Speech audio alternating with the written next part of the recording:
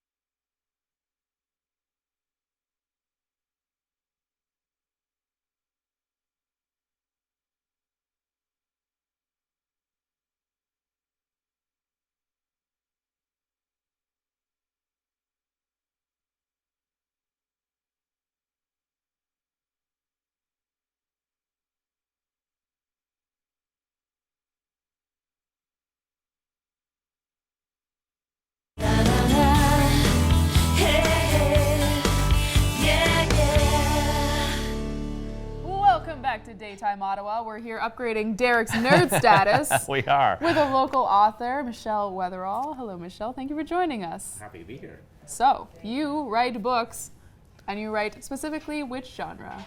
I'm going to say horror. They're based on H.P. Lovecraft's works. Yes. And I'm a big fan of his. Yes. And the first one was written probably about 20 years ago. Really? It sat in a desk drawer for the longest time. That's this one here. So what attracted you to that particular genre of writing? I've always liked it. I remember when I was young, very young, my parents forbid me to read horror comics. Really? Okay. I used to read superhero comics, and I had a little shelf underneath in which I had House of Secret, House of Mystery stashed underneath the superhero comics. And sure enough, when I went to bed at night, I would sleep down, read the other ones. And I hate to admit my parents are right, but nightmares would follow. And Oh, yes. that's what I think attracted me to it, the horror at least. Okay, being forbidden. It's a powerful motivator. It is, absolutely. I need to know what this is since I'm not allowed to see it. So let's talk about the first book, and perhaps you can describe the main characters, because as I understand, there's 2 main characters that we sort of follow through this In the series. first book, the main character is named Lorne Gibbons. He is a master pianist. Okay. And he's kind of jaded he's looking for something else outside of the music genre that currently exists. Throughout time, eventually he comes across the music of Eric Zahn. Now, Eric Zahn is a Lovecraft character. If you haven't read the story, download it, find it. It's a short story. It's fantastic. Eric Zahn's long since passed away. He has had a son who, at this point in the story, is 90 years old and is in an asylum. Wow. And he had a daughter named Nadia, and the main character tracks her down to England, touches base with her, and tries to figure out this music that he's discovered. And it's an evil music of sorts. Well, what it is, it wasn't forgotten. It was more or less erased from history because 2 of them perform the piece, and when they finally do, it opens up a portal someplace else, and it lets something that shouldn't have been out. Look at you giggling I'm over so here. You're excited. loving this. I just need to read it now. And that's the first chapter. And that's only the first chapter. That triggers all the events that follow. The main character's motive is he's searching for his wife, because in this first event, in the first chapter, she's lost. Okay. Most people think she's finished, but he believes she's lost in this other world. He never gets to do that because he's dealing with the consequences of what's released. That's the whole first story. The second book follows up. It tells That's her the story. hunt. The Hunt. Yeah. It tells her story. Finally, when things are resolved, he gets a chance to try to find her.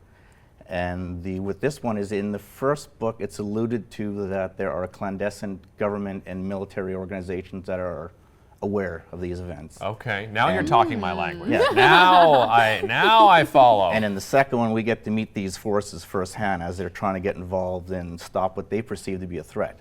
That's why the title of The Hunt is they are being hunted down. What's the writing process for you like, Michel? Like, did you start the first book knowing that I had 2 more books in my mind and that's where I was going? The inspiration for the first one was from a nightmare, believe it or not. Okay. And it was a very short nightmare, thank God. But it blossomed out into probably a 10-page short story, and that short story was the first chapter. And then it expanded from there. I had the concept of the second one all mapped out in my head. About half of the second one was written at the same time I wrote the first one, which was about 20 years ago. Wow. The latter half of the second one I finished early this year.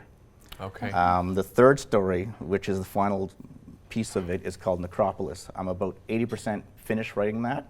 That's due out, I'm going to say early 2016, but I hate You never know. that. You never know. I'm not finished it yet. And there's a lovely process of editing involved, and that's that can be a nightmare. Very cool. So I know I get this wonderful honor of meeting you today, and I'm just so excited.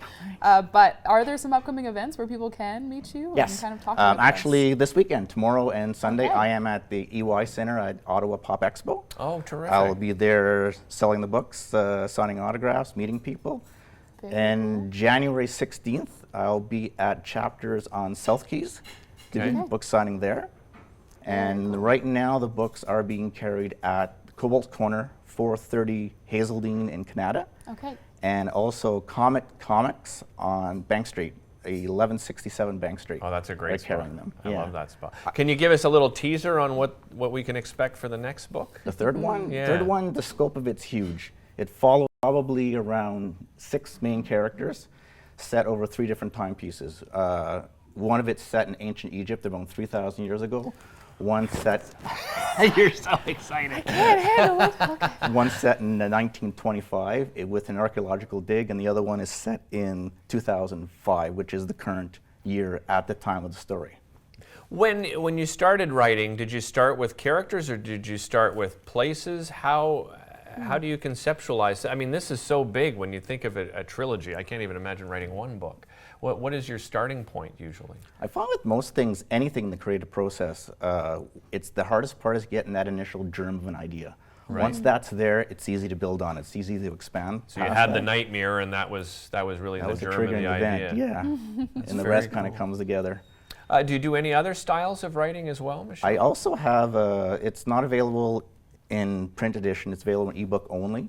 These are available in ebook as well. Okay. But it's called A Dark Corner of My Soul. It's a poetry, a small piece of poetry available online. Yes. And in what style? You've intrigued me with the title. So It is was it really stuff, well, I would call it dark poetry. It's Okay. stuff I had written a long time ago. It was during a really difficult time. And looking back at it, you have to go through and edit it and get everything ready to go. I was looking at it from this perspective saying, wow, I can't believe that was a place you found yourself in. really?